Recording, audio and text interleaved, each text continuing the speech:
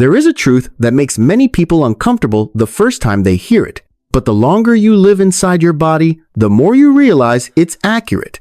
Belly fat is not stubborn because you are lazy, but because your body is stuck in the wrong biological state. And if you've been walking every day, sweating consistently, yet your waistline remains unmoved as if it has never known you, then the problem is almost certainly not willpower. Visceral fat is not the same as subcutaneous fat. It does not sit quietly. It talks. It constantly sends signals to the liver, to insulin, to the way your body processes energy. That's why some people don't eat much, don't train lightly, yet their belly still grows from the inside. This is not a cosmetic issue. This is a metabolic loop. And here is the detail very few people notice. Visceral fat is actually the most obedient type of fat if you hit its weak point. It responds strongly to something that sounds almost too gentle to believe. Zone 2 walking. Zone 2 is not the kind of exercise that leaves you gasping, heart racing, or feeling like you're burning. It's a walking pace where you can still talk, still breathe through your nose, yet feel that your body is working. Many people dismiss it because it feels not intense enough. But internally, at the mitochondrial level, this is actually the golden window of metabolism. When you hold this pace long enough, your body begins to prioritize burning fat instead of sugar. Mitochondria relearn how to process fatty acids. Insulin sensitivity improves. And visceral fat, because it sits close to the liver, because it is so metabolically active, starts to have its energy pulled first, quietly, without drama, but very real. One important thing: fat does not burn the moment you step outside. In the early minutes, your body is still using carbohydrates. Only when you maintain the right pace, long enough, does the system switch to fat burning. That's why many people walk for years and see nothing, because they constantly go too fast, then too slow, then lose rhythm without realizing it. Research shows that just about 30 minutes per session, if truly in Zone 2, is enough to create a metabolic signal. But what truly matters is not a single session, it is the total time per week. 150 minutes.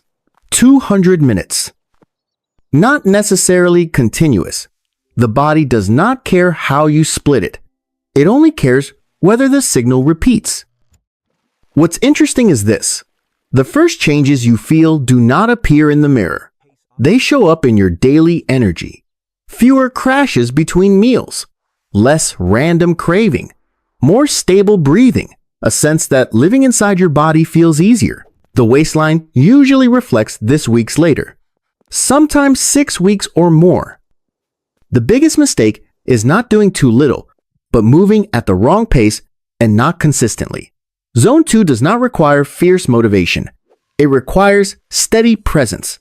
And when you understand this, losing belly fat stops being a battle and becomes a biological reset. If you're still here, I'd really like to know, what is harder for you, finding the right Zone 2 pace or maintaining the weekly habit? Leave a comment, because your answer may be exactly what someone else is stuck on too. There's a deeper layer that many people only realize after they have tried everything, and their belly still refuses to change. Visceral fat does not respond to short-term effort. It responds to repeated biological signals. Your body does not believe in a single all-out workout. It only believes in what shows up consistently, long enough, and does not trigger an emergency state. Physiologically, this is why. When you train hard, your heart rate spikes, cortisol rises, and the sympathetic nervous system switches on. To the brain, that is a danger signal. And in a state of danger, the body does not want to release visceral fat because visceral fat is the protective energy reserve for vital organs. Put bluntly, the harder you force it, the tighter the body holds on. Zone 2 sends a completely different message. Heart rate stays stable. Blood lactate remains low. Cortisol does not surge. Biologically, this is a state that says, safe to optimize. In that environment, mitochondria increase in number and efficiency. fat oxidation enzymes rise. Insulin sensitivity improves. And when insulin drops, the doorway to visceral fat finally opens. There is a very practical detail many people overlook. Visceral fat decreases before you look leaner. Studies on low-intensity movement show liver fat dropping, blood sugar stabilizing, and insulin sensitivity improving within weeks, while body weight barely changes. This causes many people to quit right when the body has just begun changing internally.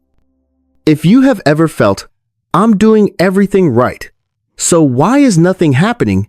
it's very likely you stopped just before the adaptation threshold. Another interesting observation, people who walk consistently in Zone 2 often report less snacking, especially in the evening. This is not stronger willpower.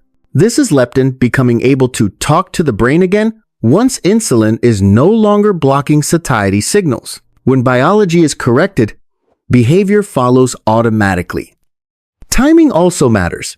Research suggests that low-intensity movement when glycogen is not overly full, for example, before a meal or a few hours after eating, increases fat burning compared to the same walk done right after a meal. No extreme fasting required. Just don't turn every walk into an extension of your last meal. And here is a truth that may feel blunt, but deeply freeing. You do not need motivation to lose visceral fat. You need structure, a fixed time, a familiar pace, a habit boring enough that the brain does not resist it. When Zone 2 becomes part of your daily rhythm, the body adjusts everything else on its own. At this point, the question is no longer, how long until my belly shrinks? But, are you giving your body the right signal? Long enough? Visceral fat does not disappear because you hate it. It disappears when there is no longer a biological reason for it to exist. If you're listening to this and recognize yourself having tried, having burned out, having thought, maybe I'm just hard to lose, leave a simple comment. Which stage you felt stuck in?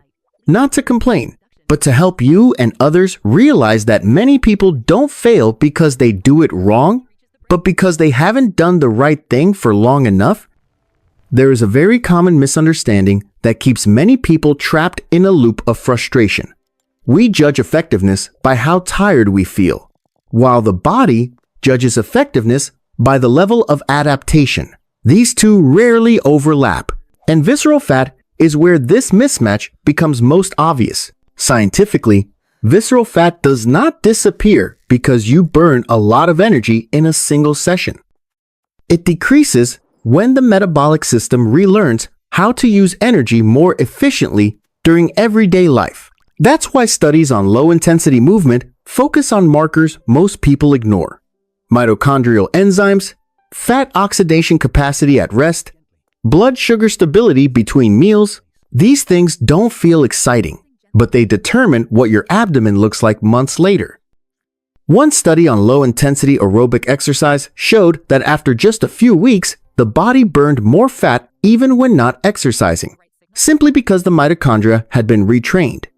This is the key point. You do not lose visceral fat while you are walking. You lose it during the other 23 hours of the day when the body has been reprogrammed to favor fat over sugar. This also explains why many people train diligently, yet only lose fat in their arms and legs while the belly remains.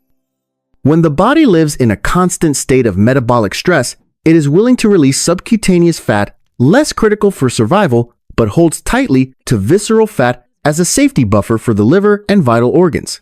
Zone 2 breaks this logic in a way that is very uncomfortable for the ego.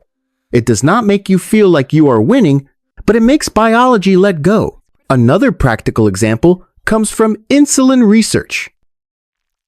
When insulin stays chronically high, the body is almost unable to pull visceral fat out for use.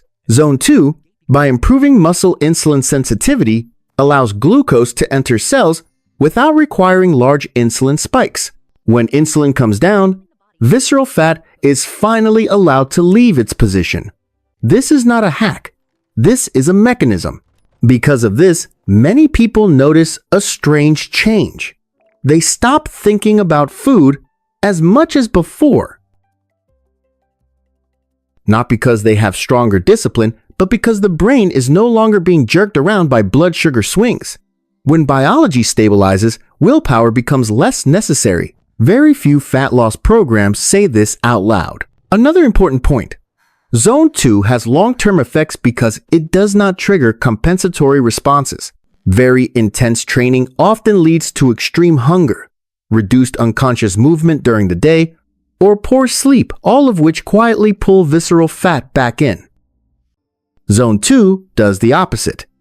It often improves sleep, keeps cortisol lower, and makes the body demand less payback. If you see visceral fat as an enemy to defeat, you will always fight it the wrong way.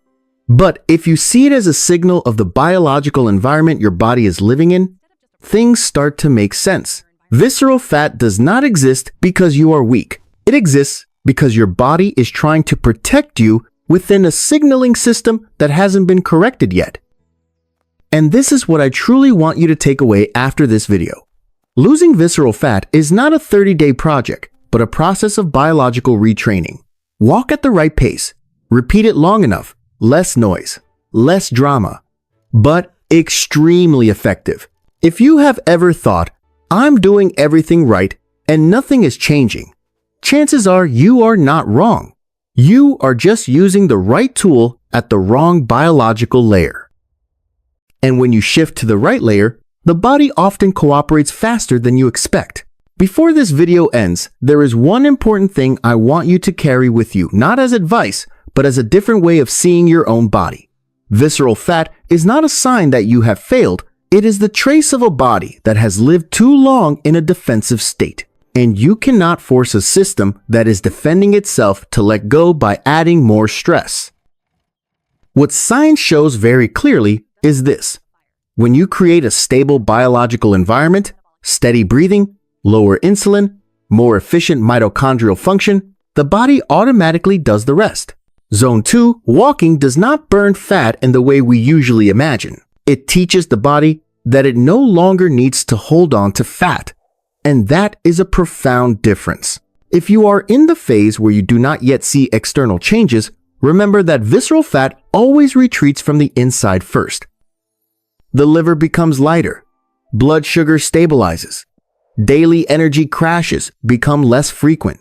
These changes do not show up in the mirror, but they determine the final outcome. So instead of asking, how long until my belly gets smaller, the more useful question may be, have I given my body enough of the right signal, enough calm, and enough repetition? When the answer is yes, the process almost always follows.